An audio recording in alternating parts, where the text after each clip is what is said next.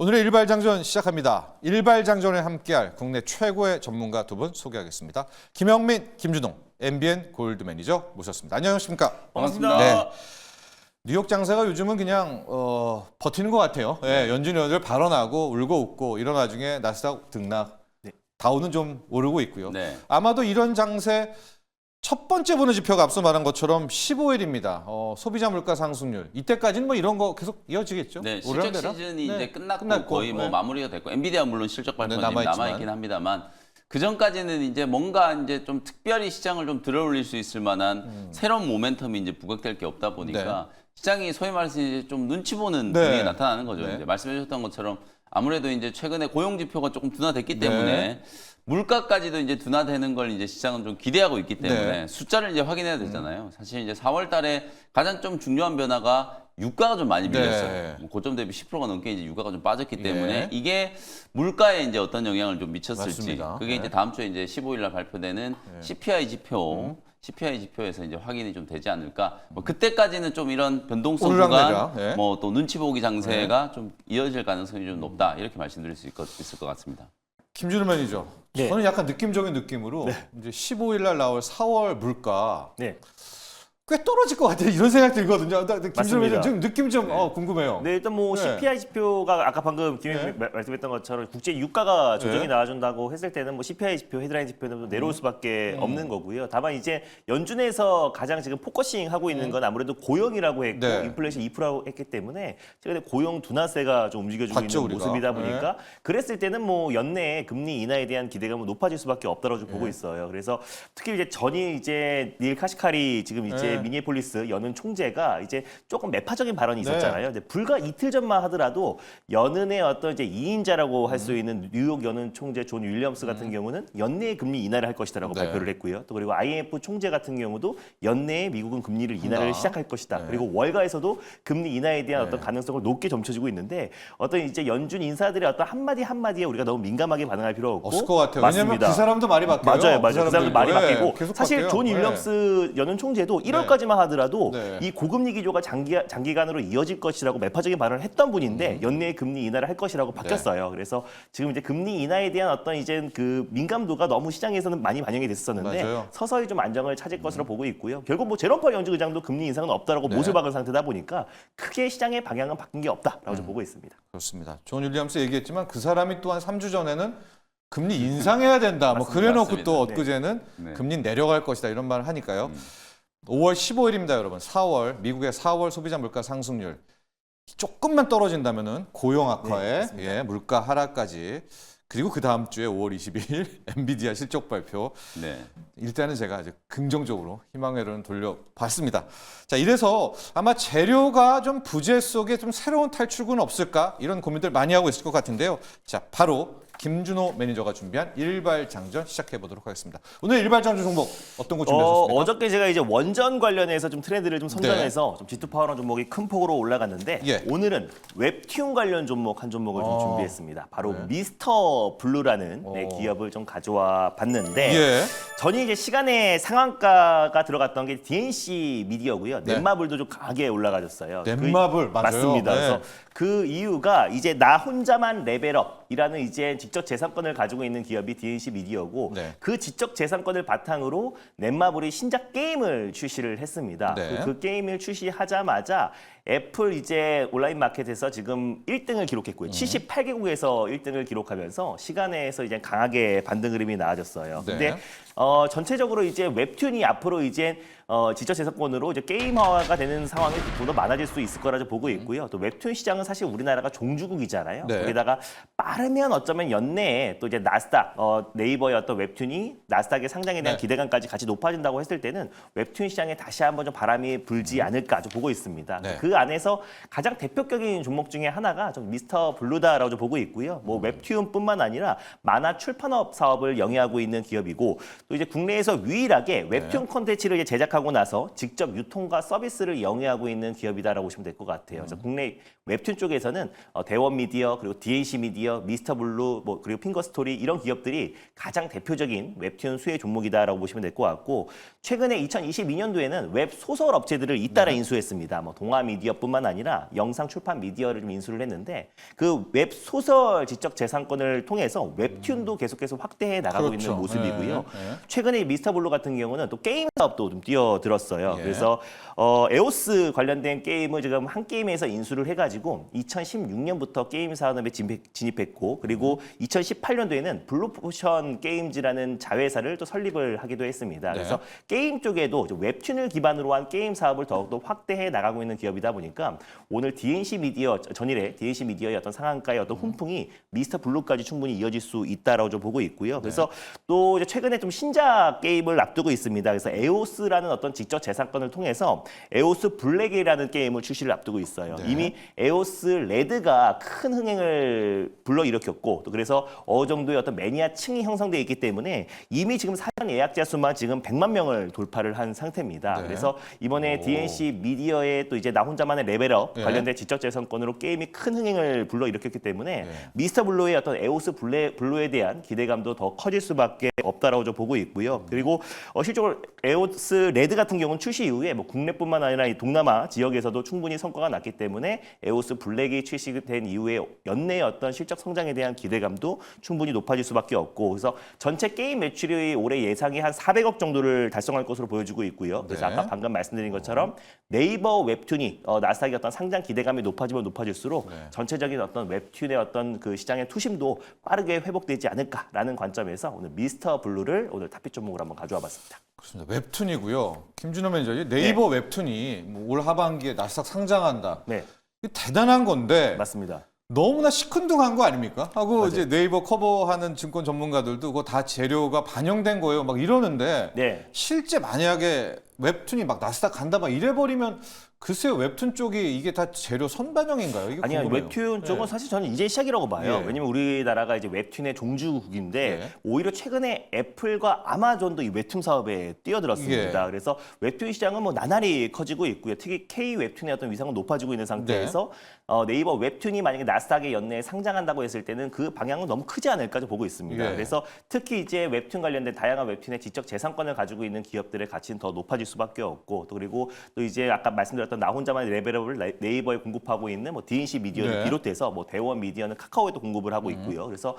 사실 미스터 블루 같은 경우도 오랫동안 이 웹툰 플랫폼을 운영하고 있고 유료 서비스를 꾸준하게 이어왔던 기업이다 보니까 네. 전체적인 어떤 웹툰 시장의 캐파는 더 커질 수밖에 없다. 근데 이번에 또 나 혼자만 레벨업의 게임 지적 재산권을 통해서 넷마블의 어떤 이제 그 어제 폭발적으로 성장했던 나왔습니다. 것도 네. 이게 웹툰의 어떤 지적 재산권으로 최근에 뭐 영화도 굉장히 많이 되고 있잖아요. 예, 뭐 예. 신과 함께뿐만 아니라 많은 영화들이 흥행을 하고 있고 그 지적 재산권으로 게임까지도 확장해 나간다고 했을 때는 오히려 웹툰 시장의 성장은 더욱더 가파르게 진행 중이다. 거기다가 네이버의 웹툰 나사 상장은 더욱더 촉매제가 되지 않을까 좀 보고 있습니다. 가격 전략도 좀 궁금하고요. 네. 네. 또 DNC 미디어 넷마블이 갔잖아요. 맞습니다. 그쪽을 또 가야 되는지 아니면 오늘 일로 와야 되는지 사실 그런 이게 고민도 있을 것 시간에 같아요. 상한가를 들어간 상태다 보니까 이제 예. 시작부터 한 10% 이상으로 출발할 거예요. 그래서 그쪽은요? 변동성이 네. 좀 클 수 있기 때문에 네. 오히려 지금 충분한 이제 기간 조정이 좀 끝마쳐가는 미스터 블루도 같이 동반 수혜를 받지 않을까. 네. 그래서 자체적으로 이제 게임 사업도 2016년부터 영위했던 부분이 있기 때문에 네. DNC 미디어 상승과 함께 미스터 블루에 대한 기대감도 높아질 것이라는 관점에서 가져왔고요. 네. 그래서 매수가는 일단 전일 종가였던 2,655원을 좀 매수가로 좀 잡고 네. 대응해 보도록 하겠고 네. 목표가는 직전 고점은 충분히 돌파할 수 있다라고 좀 봐요. 그래서 고점 대비해서 거의 뭐 반토막 이상의 큰 조정 흐름이 나와준 상태이다 보니까 직전 고점이었던 3,200원 부근대는 돌파하고 3,300원 정도를 일단 1차 목표가로 좀 설정해 보도록 하겠고요. 네. 손절 라인 때는 2,230원을 말씀드리도록 하겠습니다. 네. 국내 유일하게 웹툰 콘텐츠 뭐 자체 제작 유통까지 하는 미스터 블루라는 회사고요. 영민 매니저. 그러니까 네이버 웹툰 이게 네이버 쪽에서 많은 불만을 이제 가는 건데 아니 웹툰이 나스닥 상장한다는데 왜 네이버 꿈쩍도 안 하느냐 뭐 네. 이러는데 이 재료가 진짜 막 가요 올 하반기. 그럼 네. 웹툰도 한번 주목할 만한 뭐 그런 이슈 아니겠습니까? 사실 이제 웹툰 관련된 종목들이 이제 몇몇 있는데 뭐 네. 말씀하셨던 DNC 미디어라든지 네. 미스터 블루 그리고 이제 근본적으로는 지금 뭐 네이버 웹툰의 나스닥 상장과 관련된 이제 이슈가 있기 때문에 네.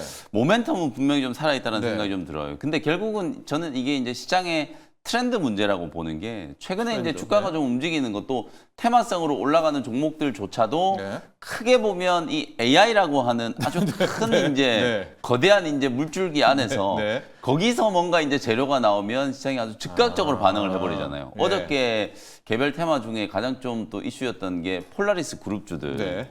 그게 뭐 엔비디아 쪽으로 뭔가 이제 뭐 선정이 됐다, 네. 뭐 포함이 됐다, 뭐 수주를 했다 이런 네. 재료가 나오면 그냥 막 상한가까지 가니까. 이제 급등을 해버리는데 다른 재료들은 나와서 이제 반짝 좀 반응이 좀 되다가 거의 이제 좀 장중에 그냥 다 수그러 들어버리는 이제 예. 그런 이제 현상들이 많이 나타나고 있고 특히 최근에 우리나라 이제 컨텐츠나 네. 게임 그리고 웹툰 이런 기업들이 이제 주가 흐름을 보시면 주가가 너무 많이 주저앉아 있어요. 제가 그래서 방금 지금 웹툰 기업 얘기를 하시길래 예. 대표적인 이제 컨텐츠 기업들, 컨텐트리 중앙. 중앙. 그다음에 네. 또 최근에 이제 뭐 그 영화 관련된 이제 CGV 예. 이런 종목들이 이제 주가 흐름을 보시면 완전히 그냥 뭐 시장이 아예 관심이 거의 없다 싶을 정도로 아니 저 컨텐츠리 중앙은 범죄 소식 포 아니에요? 그러니까 범죄 도시 포 잘 이제 되고 흥행을 있는데. 했는데 예. 잘 됐는데도 불구하고 최근에 이제 파묘도 예. 1,000만 관객 가깝고요. 넘었죠. 그리고 연이어서 지금 범죄 도시 포도 예. 뭐 1,000만 무난하게 이제 가려는데. 넘어갈 걸로 이제 예상이 좀 되는데도 불구하고 주가가 전혀 못 움직이고 안 있거든요. 간다. 이건 예. 이제 실적이 개선되고 뭐 기업의 펀더멘탈 어쩌고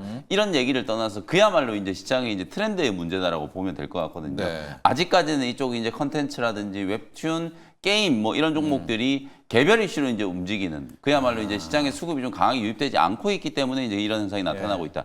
게임주들 중에서도 크래프톤을 제외하고 나면 나머지 종목들 뭐 위메이드도 최근에 이제 나이트 크로우가 네. 순항하고 있다 이런 얘기 나오는데도 주가 흐름 꿈쩍도 안 보시면 한다. 완전히 이제 바닥에 누워 있어요. 그래서 웹툰 기업 중에서도 거의 유일하게 지금 추세가 살아있는 기업이 오늘 김준호 매니저님 갖고 오신 미스터 블루라고 보시면 될 것 같거든요. 네. 그래서 이건 철저하게 이제 개별 모멘텀으로 이제 대응을 좀 해야 되는 종목이고 아직까지는 이제 컨텐츠나 웹툰 게임 이런 종목들이 시장에 이제 좀 주류가 되기에는 네. 조금 어려운 시장 흐름이 아닌가 이런 의견을 좀 말씀드리겠습니다.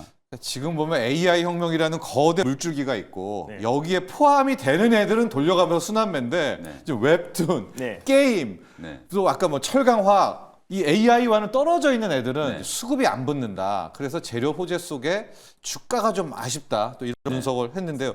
게임 쪽으로 좀 가면 네. 뭐 어제 넷마블도 좀 보면 물론 오늘 시세가 어떻게 될지 모르겠습니다만 뭐 좀 뭐 갈 수도 있을 것 맞습니다. 같은. 네. 지금 뭐 크래프톤도 네. 지금 이제 실적이 잘 나와가지고 어제 시간에서 네. 강하게 네. 올라갔던 부분도 있고요. 그래서 지금 넷마블도 마찬가지고 네. 아까 방금 말씀하셨던 것처럼 위메이드도 네. 실적이 이제 굉장히 잘 나왔는데 게임 업황이 또 이제 본격적으로 살아나려면 결국 뭐 위메이드를 비롯한 이제 업종 대표 종목들이 좀 움직여줘야 되는데 네, 네. 어느 정도 좀 위믹스 사실상 이제 그 위메이드의 어떤 주가 방향은 이제 위믹스의 플랫폼이 좀 많이 상당 부분 차지하는 부분도 네. 굉장히 크고 또 최근에 이제 확률형 아이템 관련해서 지금 정부에서 어떤 집중 단속에 들어갔어요. 그래서 이런 부분들이 지금 이제 위메이드를 비롯한 지금 많은 이제 MMORPG 게임 업체들이 어느 정도 좀 이제 불확실성이 좀 확대되고 있는 상태이다 보니까 게임 업황이 예전만큼의 어떤 강한 매수가 유입되기는 굉장히 어려운 시점인데 결국 실적으로 증명을 해야 된다라고 보고 있습니다. 예. 근데 뭐 최근에 뭐 넷마블도 그렇고 크래프톤도 그렇고 위메이드도 그렇고 실적이 좀 굉장히 신작들이 흥행을 성공하면서 실적들이 잘 나와주고 있는 상황이다 보니까 일단 게임 섹터는 가격적인 매력은 좀 충분하다. 근데 거기에다가 이제 뭐 NFT라든지 또 네. 그리고 여러 가지 게임 관련된 어떤 사업들 또 플레이트 온 관련된 게임 규제 완화 여러 가지 이제 부분들이 있는데요. 그래서 정말 강력하게 올라갈 만한 이제 모멘텀만 있으면은 네. 게임 섹터들은 실적도 좀 잘 나와주고 있는 상태고 가격적으로도 충분히 바닥 국면에 위치해 있는 상태다 보니까 이제 하나의 어떤 모멘텀만 나와준다고 했을 때는 충분히 좀 올라갈 만한 부분이 되지 않을까. 그게 또 저는 XR이라고도 봐요. 네. 그래서 또 오. 비전 프로와 또 네. 이제 마찬가지로 소프트웨어니까. 또 맞습니다. 예. 그래서 5월달에 구글 연례 행사에서 아. 삼성의 XR 기기를 또 이제 그 예. 공개를 앞두고 있는 시점인데 그 안에서 이제 특히나 이제 킬러 콘텐츠라고 하는데요. 결국 킬러 콘텐츠는 게임이 될 수밖에 없다고 보고 있습니다. 예. 영화나 드라마는 어차피 일회성이고 그게 장기화될 수가 없기 때문에 결국 게임이 어떤 이제 킬러 콘텐츠 역할을 한다고 했을 때 또 이제 국내 게임 업체들이 예전부터 이 메타버스화되면서 AR, VR 쪽으로 굉장히 준비를 많이 해왔거든요. 그래서 그런 부분이 올해 연내 또 하반기에 또 XR 시장의 본격적 개화와 함께 XR과 VR 관련된 준비를 착실히 해왔던 기업들 먼저 좀 상승 흐름이 나오지 않을까 좀 보고 있습니다. 저도 이제 게임 쪽은 네. 좀 비슷한 예, 의견인데요. 예. 실제로 지금 게임 업종이 말씀하셨던 것처럼 뭐 크래프톤을 중심으로 실전 개선세가 나타나고 있는 몇몇 기업들이 분명히 눈에 띄기는 네. 해요. 근데 이제 왜 주가가 못 올라가냐면 사실 뭐 저희 알잖아요. 뭐 MMORPG, 리니지, 디아블로, 스타크래프트 이게 20년 전부터 이런 이제 역할 수행 게임 네. 여기에 지금 20년 동안 머물러 있는 거거든요. 네. 그러니까 이게 새로운 이제 폼팩터가 이제 만들어지고 그 폼팩터에 맞는 새로운 게임들, 그게 뭐 XR 게임, 뭐 VR 게임이 될지 모르겠습니다만 이런 뭔가 이제 새로운 혁신적인 이제 플랫폼과 게임들이 나와줘야 네. 우리가 이제 알고 있는 이런 NC소프트라든지 뭐 그 외에 이제 많은 게임 회사들이 새로운 좀 부흥기를 맞이할 수 있지 않을까. 그래서 결국에는 하드웨어가 먼저 움직여야 돼요. 네. 애플이라든지 삼성이라든지 이런 기업들이 만들어낸 기기 나오고. 새로운 폼팩터, 네. 그 기기에 맞는 이제 내용물을 채우는 게 이제 대표적으로 게임이라는 컨텐츠가 좀 될 거기 때문에 그래서 어쨌든 뭐 게임 컨텐츠 계속 말씀드립니다만 뭔가 이제 좀 센세이셔널한 혁신적인 이제 변화가 네. 좀 나타나기 전까지는 조금 무거운 흐름, 뭐 각계 전투의 흐름이 나타날 네. 수밖에 없다. 이렇게 이제 의견을 좀 드리도록 하겠습니다. 자, 이런 가운데 어제 나 혼자만 레벨업 어라이즈 게임 출시와 함께 넷마블과 DNC 미디어가 갔습니다. 뒤로 이제 오늘 일발 미스터 블루고요. 두 분의 전문가 이야기해 보면은 AI에 또 완전히 소외된 것도 아니에요. 온 디바이스 AI 되고 그렇죠. XR 기기 나오면 네. 소프트웨어 시대 아니겠습니까? 네네. 거기에는 또 앱툰 좀 너무 간 것 같긴 하지만 그렇게까지도 우리가 연결을 찾아본다면 오늘 한번 뭐 뉴욕 증시가 보합으로 끝났으니까 이쪽 컨텐츠 관련한 쪽도 한번 집중을 해 보시면 좋을 것 같다 말씀드리고요. 리뷰 종목들을 들어가 보도록 하겠습니다. 5월 7일이었죠. PSK 홀딩스입니다. 크게 보면 이제 세정 관련한 반도체 소부장. 네. 6% 최고가 기준입니다. 수익률 났습니다. 네. 어제 뭐 반도체 종목 별로 또 안 좋았어요. 네. 하루 반짝 올라갔다가 어제 이제 대부분 다 좀 쉬어가는 드래곤 밀러 뭐 이슈 때문이었다라고 네, 네. 볼 수 있을 것 같은데 예. 좀 쉬어가는 이제 흐름이었는데 그 와중에 뭐 PSK 홀딩스 보시면 거의 최고가 근처까지 이제 왔어요. 주가가 네. 상승을 좀 하고 있고 뭐 아주 크게 지금 이격이 벌어진 것도 아니기 때문에 뭐 5월 중에 저는 충분히 제가 말씀드렸던 뭐 6만 원 정도 근처까지 한번 슈팅이 충분히 좀 들어올 수 있다라고 보여지고 지금 현재 뭐 6% 정도 약소하게 수익 중입니다만 네. 결국에는 소부장 종목들은 1분기 실적보다는 2분기 이후에 HBM 향 이제 본격적인 수주가 재개가 되고 특히 또 메모리 기업들 삼성전자, SK 하이닉스, 마이크론 테크놀로지의 본격적인 이제 증설 출하량을 늘리기 위해서는 이제 증설 투자해야 되고 신규 네. 투자 또 진행을 좀 해야 되기 때문에 캐펙스가 이제 늘어난 것과 관련돼서 직접적인 이제 수혜주가 될 수 있는 PSK 홀딩스를 좀 말씀을 좀 드렸고요. 저는 뭐 반도체 종목들은 계속 말씀드립니다만 조정이 매수 기회다. 조정 시 비중 확대 전략을 계속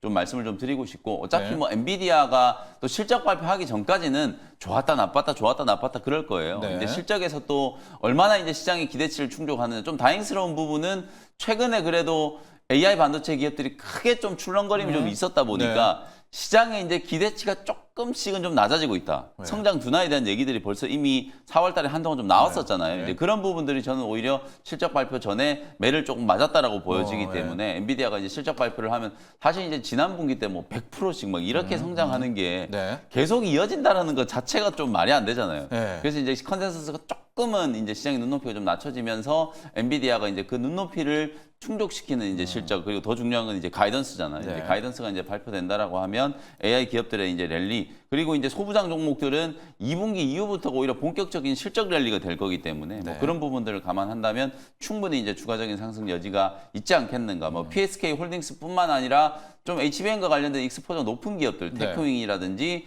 제우스라든지 STI 뭐 이런 기업들도 저는 지금도 충분히 이제 좋은 매수 기회가 된다라고 보여지기 때문에 뭐 PSK 홀딩스 6만 원 정도 수준까지 계속해서 보유하는 전략을 제시를 좀 해드리도록 하겠습니다. 알겠습니다. 우리 영민 매니저가 중요한 이야기 해주셨거든요. 5월 22일 엔비디아 실적 때까지 우리의 기대를 좀 좀 낮췄으면 맞아요. 좋겠어요. 눈높이 예, 낮춰야 눈높이도 낮추고 막 어떻게 막 이런 좀 실망감으로 분위기를 좀 바꿔놔야 그날 좀 뭐래도 좀 될 것 아닌가. 네. 주식은 항상 매를 미리 맞는 게 좋을 것 같다. 이 얘기도 함께 드리고요.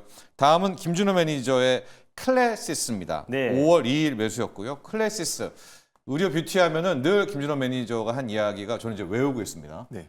해외 수출, 맞습니다. 소모품 맞아요. 두 개죠. 네. 해외 수출 그리고 또 소모품, 소모품. 또 그리고 이제 자사 브랜드. 자사 브랜드. 네, 맞습니다. 그래서 네. 그게 공식을 잘 따라가는 기업이 네. 클래시스인데 오늘 아침에 또 이제 보고서가 하나 나왔더라고요. 그래서 클래시스가 이제 북미 지역의 어떤 진출에 대한 기대감이 높아지고 있다라는 예, 예. 이제 보고서가 나왔는데 뭐 그럴 수밖에 없는 게 작년에 이제 이루다라는 기업을 인수했잖아요. 그래서 예. 이루다도 마찬가지로 똑같이 이 클래시스의 성공 방식을 수행했던 기업인데 네. 그 기업이 미국의 나스닥 기업인 큐레타라는 기업과 함께 미국 시장을 진출했어요. 예. 그래서 사실 사실 큐레타와 같이 그 파트너십을 구축한 상태에서 미국 지역과 캐나다 시장을 진출했기 때문에 더 순조롭게 예. 진출을 했다라고 보시면 될 것 같은데 그래서 이루다를 이번에 2023년도에 인수하면서 클래시스가 조금 더 북미 시장의 진출이 더욱더 빠르게 진행될 수 있다고 보고 있고요. 그게 정말 빠르면 올해 하반기부터 본격적으로 북미 시장에 진출하는데 그게 시사하는 바가 굉장히 큰 게 사실 이 피부 미용 의료기기 시장에서 가장 지금 점유율 1등이 북미 지역입니다. 네. 근데 지금 클래시스 같은 경우는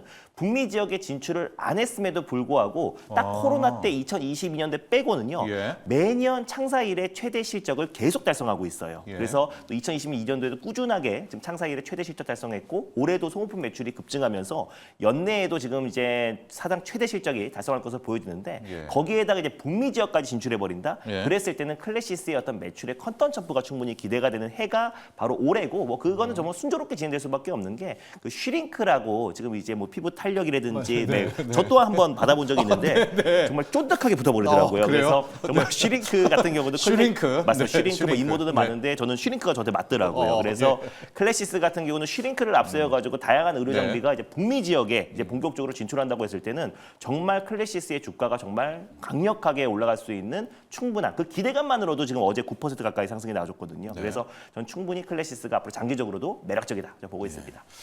이 뷰티 의료기기는 한 번씩 해봐야 될 것 같아요. 슈링크도 좀 해보고 메디큐브도 좀 해보고 맞습니다. 네, 우리가 좀 해보고 한번 결정을 하면 어떨까.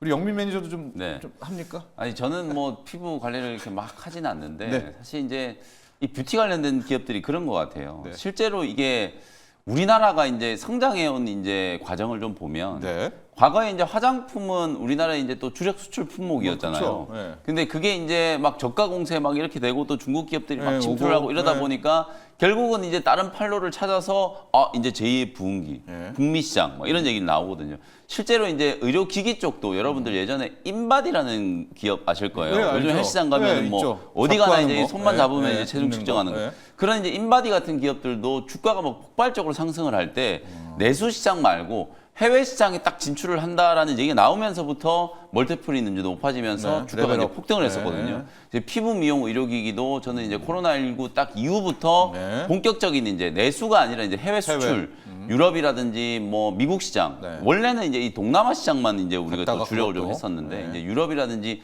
미국 시장으로 이제 진출하는 기업들이 빠르게 이제 주가 밸류에이션이 좀 높아졌다. 가장 대표적으로 이제 뭐 클래시스 같은 경우에는 이제 막 북미 시장을 이제 진출한다라고 하지만 워낙 실적 성장세가 이제 좀 돋보이고 예. 뭐 그 외에 여러분들이 익히 아시는 뭐 여러 가지 이제 피부 미용과 관련된 기업들이 지금 해외 수출을 모멘텀으로 계속해서 이제 멀티플을 높여가고 있다. 특히 뭐 브라질 같은 이런 이제 남미? 남미 국가들, 그다음에 이제 미국과 캐나다, 그리고 이제 유럽 주요 국가들 네. 이런 쪽이 해외 판로가 이제 확장되고 있는 아주 좀 좋은 시장으로 이제 좀 거듭나고 있기 때문에 클래시스 뭐 방금 전에 김준호 매니저님 리뷰해 주셨지만 사실 이제 슈링크를 받아보진 않아도 받아야 웬만하면 될 이제 것 다 같아요. 알아요. 효과가 있었다니까. 요새 네. 이제 피부 리프팅이라든지 뭐 고주파 치료, 뭐 이런 레이저 치료 이런 네. 것들이 워낙 좀 보편적으로 많이 확대되고 있고 그러다 보니까 또 홈케어 제품, 네. 제가 말씀드렸던 APR의 이제 메디큐브 같은 이제 이런 제품들까지도 인기가 좀 많이 좀 높아지고 있는 상황이잖아요. 일단 뭐 이게 K-팝 열풍 때문인지 몰라도 이제 피부 미용에 대한 이제 관심 자체가 높아지고 있다. 인식의 네. 이제 전환이거든요.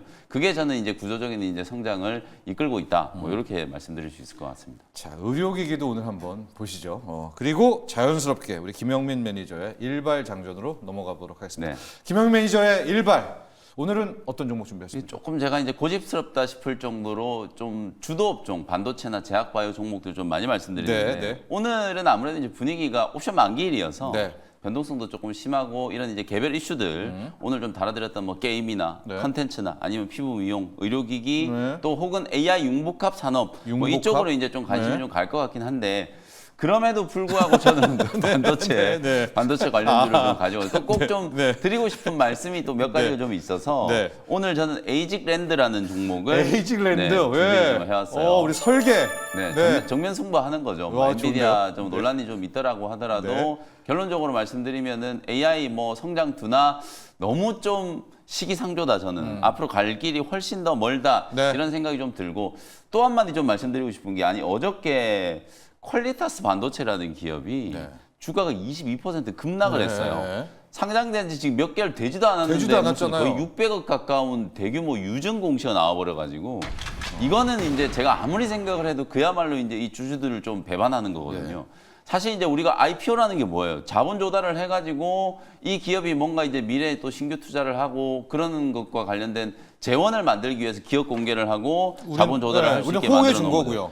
그래서 실제로 이제 자본 조달을 해가지고 몇백억을 이제 이미 공여를 했는데 그럼에도 불구하고 거의 뭐 600억에 가까운 이제 대규모 유증을 한다라고 하니까 주가가 막 22% 이제 급락을 하는 거예요. 최근에 우리가 파도 관련된 이제 사태 지금 막 그 금융당국에서 조사를 진행하고 있잖아요. 이게 갑자기 또 이제 팹리스 기업들에 대한 인식이 좀 안 좋아질까봐 그런 이제 좀 높아심에서 저는 오늘 에이징랜드 우리나라 반도체 산업이 결국 또 성장하기 위해서는 이런 디자인 하우스, 팹리스 기업들의 역할이 그만큼 좀 중요하다. 우리가 지금 AI 반도체 시장의 주도권을 갖고 있다는 얘기를 하는데 그거 정말 잘못된 얘기고요. 주도권을 갖고 있는 게 아니라 겨우 숟가락 하나 얹고 있는 거예요. 돈은 지금 엔비디아가 다 벌고 있잖아요. 그리고 빅테크 기업들이 지금 다 벌고 있는데 그나마 우리나라는 삼성전자, SK하이닉스가 그 AI 반도체 생태계 안에 HBM이라는 메모리 반도체 칩 이거 이제 공급하는 것 때문에 그나마 지금 숟가락을 좀 얹고 있는 거거든요. 그래서 실제로 이 생태계에서 더 큰 이제 수익을 좀 얻기 위해서라도 이런 이제 팹리스나 디자인 하우스 기업들의 역할이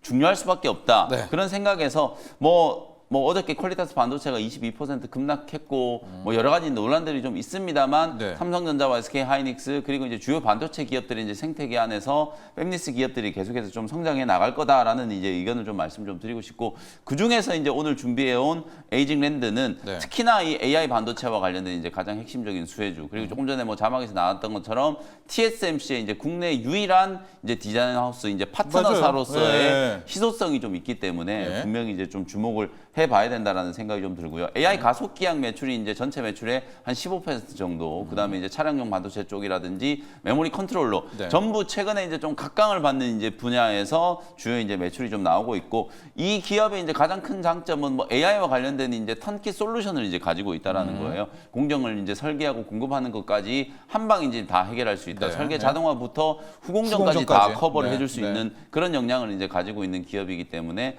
팹리스 기업들 중에서도 분명히 좀 희소성을 좀 갖고 있다. 특히 또 최근에 몇 가지 이제 좀 변화된 포인트들이 있어요. 테슬라가 최근에 이제 자율주행과 관련된 이슈 때문에 다시 한번 좀 주목을 좀 받았었잖아요. 아마 중국 쪽에서 가장 먼저 이제 상용화가 좀 되고 전 세계적으로 이제 유료 구독 서비스가 저는 진행이 좀 될 거다라고 보는데 그걸 위해서는 테슬라의 이제 슈퍼컴퓨터가 정말 중요하잖아요. 도조라고 이름 붙여놓은 이제 이 테슬라의 슈퍼컴퓨터 그 안에 이제 탑재되는 AI 반도체 칩을 어디에서 이제 제조하느냐? TSMC에서 거의 독점적으로 제조를 하고 있어요. 그러니까 이게 삼성전자가 계속해서 TSMC를 따라가겠다 하고 얘기를 하고 있습니다만 지금 수년째 오히려 파운드리 시장에서는 TSMC하고 격차가 더 벌어지고만 있는 거예요. 그래서 좀 여담이긴 합니다만 삼성전자가 지금 자꾸 SK하이닉스, HBM 따라간다 얘기는 하는데 별로 신뢰가 안 간다. 지금까지 이제 보여준 게 별로 없기 때문에 2분기 때부터 12단 HBM 이제 양산을 한다라고 하는데 과연 이걸 엔비디아가 사주겠느냐? 이게 이제 가장 좀 근본적인 고민이거든요. 샘플을 제공하는 것과 공급사에다가 실제로 납품을 하는 건 완전히 다른 차원의 문제이기 때문에 당분간은 SK하이닉스의 독점적인 구조 그리고 SK하이닉스와 가장 강한 협력 관계를 가지고 있는 TSMC 왜냐하면 이 AI 반도체 생태계에서 AI 가속기를 만들 때 엔비디아가 설계를 하고 TSMC가 제조하고 거기에다가 SK하이닉스가 HBM을 공급하는 이 구도가 2025년까지 저는 이어질 수 있는 가능성이 굉장히 높다라고 보여지기 때문에 TSMC의 이제 파트너사인 에이징랜드도 당연히 이제 좀 큰 수혜를 입을 수밖에 없다라는 생각이 좀 들고요. 테슬라 슈퍼컴퓨터 이제 도조에 들어가는 AI 반도체 칩 제조 그리고 애플도 이제 드디어 AI 대전에 이제 참전을 하겠다라는 걸 공식적으로 선언을 했고 6월 달에 이제 애플의 세계 개발자 대회에서 뭔가 큰 게 하나 나올 것 같아요. 여러분들 잘 아시다시피 애플이 스마트폰을 만들고 있잖아요. 근데 삼성전자도 똑같이 하이엔드 스마트폰을 만들고 있는데 판매량은 삼성전자가 훨씬 많아요. 근데 왜 돈은 애플이 훨씬 더 많이 벌까? 딱 두 가지 이유 때문이에요. 하나는 소프트웨어. 애플은 iOS를 자체적으로 이제 개발한 소프트웨어를 애플 아이폰에 이제 탑재를 하죠. 근데 삼성전자는 구글의 안드로이드 소프트웨어를 쓰잖아요. 핸드폰이 팔릴 때마다 구글에다가 돈을 줘야 돼요. 그러니까 결국은 이제 그 애플이 핸드폰을 팔 때마다 이제 남는 돈이 많을 수밖에 없는 이유는 첫 번째는 이제 소프트웨어, 두 번째는 이제 모바일 AP, 핸드폰을 구동할 때 가장 중요한 이제 반도체라고 할 수 있는 모바일 AP를 애플은 자체적으로 네. 개발을 해서 그걸 TSMC가 제조를 한 걸 네. 아이폰에 이제 탑재를 한다라고 보면 되는데 삼성도 물론 이제 스냅드래곤 퀄컴 걸 이제 쓰고 엑시노스 네. 자체적으로 개발한 걸 쓰지만 거의 대부분 다 퀄컴의 스냅드래곤을 이제 쓰기 때문에 수익성이 이제 떨어진다는 거예요. 그래서 이제 애플은 이 AI 생태계에 지금 진입은 좀 늦었지만 앞으로 이 AI 반도체 칩을 설계를 할 때 자체적인 이제 칩 제조 역량을 이제 발휘를 해가지고 차세대 AI 반도체 칩을 자체적으로 개발하겠다라는 걸 이제 선언을 했거든요. 아마도 그게 6월 달에 이제 공개가 될 것 같고 그 반도체 칩이 이제 애플이 만들어낸 아이폰, 아이패드 그리고 이제 비전 프로 같은 이런 XR 기기에 이제 들어간다라고 생각했을 때 상당히 좀 큰 반향을 불러일으킬 수 있을 거라고 보거든요. 그래서 그 AI 반도체 칩을 또 누가 제조하느냐? TSMC가 제조해요. 그러니까 결국에는 이 라인을 이제 따라간다라고 했을 때 디자인 하우스 기업들 중에서 가장 좀 AI 반도체와 관련해서 경쟁력이 좀 부각될 수 있을 만한 기업이 어디일까를 생각해 보면 결국 이제 남는 건 에이징랜드다. 그래서 TSMC 향 가장 좀 대표적인 이제 디자인 하우스 파트너사로 에이징랜드를 이제 다시 한번 좀 말씀을 좀 드리고요. 오늘 뭐 반도체 종목들이 어떨지는 모르겠는데 지금 정도 이제 수준으로 이제 주가 조정이 좀 진행됐다면 충분히 저점 매수를 좀 해볼 수 있다. 58,000원 어제 이제 종가 근처에서 매수 가격 말씀드리도록 하고요. 1차 목표 가격은 7만 원 정도 이제 제시해드리도록 하고요. 손절가는 52,000원 정도 참고를 좀 해보시면 되겠습니다. 자, 에이징랜드였고요. 오늘 김영민 매니저의 이제 이야기 의견을 쭉 들어보면 AI 안에서 약간 파운드리 쪽으로 한번 눈여겨보자. 파운드리 좀 이유가 있는 게 가령 테슬라의 슈퍼컴퓨터 그 칩 들어가는데 만드는 거 TSMC, TSMC면 에이징랜드다. 애플도 M4 칩 개발했잖아요. 하고 자체적으로 AI 칩 만든다. 누가 만드냐? TSMC. 그렇죠. 그럼 다시 에이징랜드. 맞습니다. 그러니까 엔비디아는 물론이고 그래서 약간 파운드리 쪽으로 방향을 튼 것 같은데 김준호 매니저 실제로 좀 보면 DB 하이텍도 좀 그렇고 약간 파운드리가 좀 그래요. 맞습니다. 그 중에서도 뭐 TSMC가 뭐 단연 전 세계 1등이고 그 직접 사면 될 텐데. 맞습니다. 또 TSMC 를. 디자인 하우스 관련해서 유일한 국내 또 상장사 중에서는 에이징랜드가 가장 대표격이다 보니까 좀 충분히 상승 여력이 남아 있다라고 좀 봐요. 그리고 또 엔비디아의 어떤 이제 GPU 관련해서 이제 공급대란 관련된 공급난에 대한 어떤 큰 우려도 TSMC의 어떤 이제 생산 능력의 벽에 부딪힐 수 있다라는 우려감이 있기 때문에 지금 GPU 공급 대란에 대한 우려감이 있던 건데 오히려 TSMC 같은 경우는 연내에 지금 대만을 비롯해서 10개 이상의 어떤 생산 공장을 신설하고 또 증설한다는 발표를 했습니다. 그러니까 앞으로도 GPU가 많이 팔리면 팔릴수록 결국 TSMC의 매출이 늘어날 수밖에 없고 또 디자인 하우스 이제 파트너사인 에이징랜드의 어떤 매출도 같이 급증할 수밖에 없다라고 보고 있고요. 또 이제 애플 또한 마찬가지로 이제 약간 좀 지각생이긴 한데 또 AI 쪽에 이제 본격적으로 좀 뛰어든 만큼 또 TSMC와 또 AI 칩 관련된 공동 개발을 하겠다라고 좀 발표를 하기도 했고요. 또 그리고 SK 하이닉스와 또 이제 TSMC도 공동으로 또 이제 AI 칩을 또 개발하겠다고 발표하기도 했고 또 방금 말씀하셨던 것처럼 테슬라의 이제 도적 컴퓨터에 들어가는 반도체 칩도 이제 TSMC가 또 생산을 하기 때문에 결국 TSMC의 어떤 매출 성장은 기대가 된다. 그래서 올해 한 해 본다고 해서 TSMC가 가이던스에서 이제 반도체 전체적인 업황은 좀 둔화될 수 있다고 했지만 결국 AI 쪽은 연평균 50에서 60% 성장한다고 발표했거든요. 그래서 TSMC도 이제 AI 쪽에 집중을 하고 있고 또 이제 글로벌 테크 기업들이 잇따라서 TSMC와 손을 잡고 지금 AI 반도체 칩을 개발하고 또 생산을 도맡아 하고 있는 기업이다 보니까 계속해서 에이징랜드와 같이 우리가 주목해 볼 필요가 있다고 보고 있습니다. 그렇습니다. 또 에이징랜드의 짝꿍이죠. 에이징랜드, 가온칩스, 에이디테크 오늘 한번 이 세 종목 묶음도 지켜보시면 좋을 것 같고 지금 유튜브로도 많은 의견들 나오고 있는데요. K9 동방불패님이요. 에이징랜드 5월 13일 6개월 락업 해제 물량 기다리고 있다. 이전에는 매수 금지하는 게 어떠냐. 오히려 락업 물량을 지켜봐야 된다. 이 의견 주셨습니다. 이게 이제 보호회수 얼마 전에 이제 서진 시스템도 이제 똑같은 얘기 해드렸는데 보호회수라는 것 자체가 어쨌든 이게 뭐 기업 가치하고는 무관한 이슈고 수급적인 이제 요소잖아요. 제가 이제 APR 말씀드릴 때도 오히려 이제 락업이 해제되는 이제 시점이 그때부터 주가가 이제 올라가는 시점이라고 말씀드렸잖아요. 락업이 이제 해제되기 이제 며칠 전부터 이미 그걸 이제 좀 우려했던 이제 물량들이 좀 나올 수도 있고 오히려 이제 락업이 해제되는 시점 전까지 락업에 대한 이제 이슈 때문에 발목이 이제 좀 잡혀 있을 수 있거든요. 지금 실제로 에이징랜드도 말씀드렸던 것처럼 이런 뭐 도조와 관련된 이제 이슈, 또 애플의 이제 AI 반도체 칩 생산 이슈 그런 것들과 이제 관련된 직접적인 수혜주인데도 불구하고 주가가 못 움직이잖아요. 그래서 이미 락업에 대한 이제 악재는 시장에 이미 다 노출되어 있는 거고 네. 몇 주가 풀릴지까지 지금 다 알고 있거든요. 네. 근데 사실 그게 이제 보호해수가 해제된다라고 해서 그 물량이 하루아침부터 다 나오는 것도 아니에요. 예. 통상적으로 봤을 때 오히려 확률적으로 보호해수 이제 1개월, 2개월, 3개월 물량 해제하고 6개월 이후부터는 오히려 그 보호해수 물량들이 나오고 난 이후에 주가가 올라가는 경우들이 훨씬 많았기 네. 때문에 이걸 이제 뭐 보호해수가 풀리고 난 걸 보고 이제 들어가자라는 것보다는 오히려 주가가 바닥에서 이제 그 매물 압박 때문에 움직이지 않을 때 매수하는 게 정석이라고 보면 되거든요. 그래서 수급적인 부분들은 어쨌든 시장의 이제 트렌드를 감안을 하면 분명히 이제 고려해야 되는 상황이긴 합니다만 주가가 이미 그 락업에 대한 이제 이슈들은 다 노출되어 있는 악재고 새로 이제 올라갈 수 있을 만한 이제 모멘텀이 이제 부각이 좀 된다면 락업을 존으로 오히려 미리 매수를 해놨다가 그 이후에 주가가 이제 상승할 수 있는 가능성을 좀 대비하는 게 조금 더 좋은 전략일 수 있겠다. 그런 말씀 좀 드리겠습니다. 관련해서 또 우리 서진 시스템도 계속 올라오고 있습니다. 대박나자님이 준호님 서진 시스템 리뷰 좀 부탁합니다.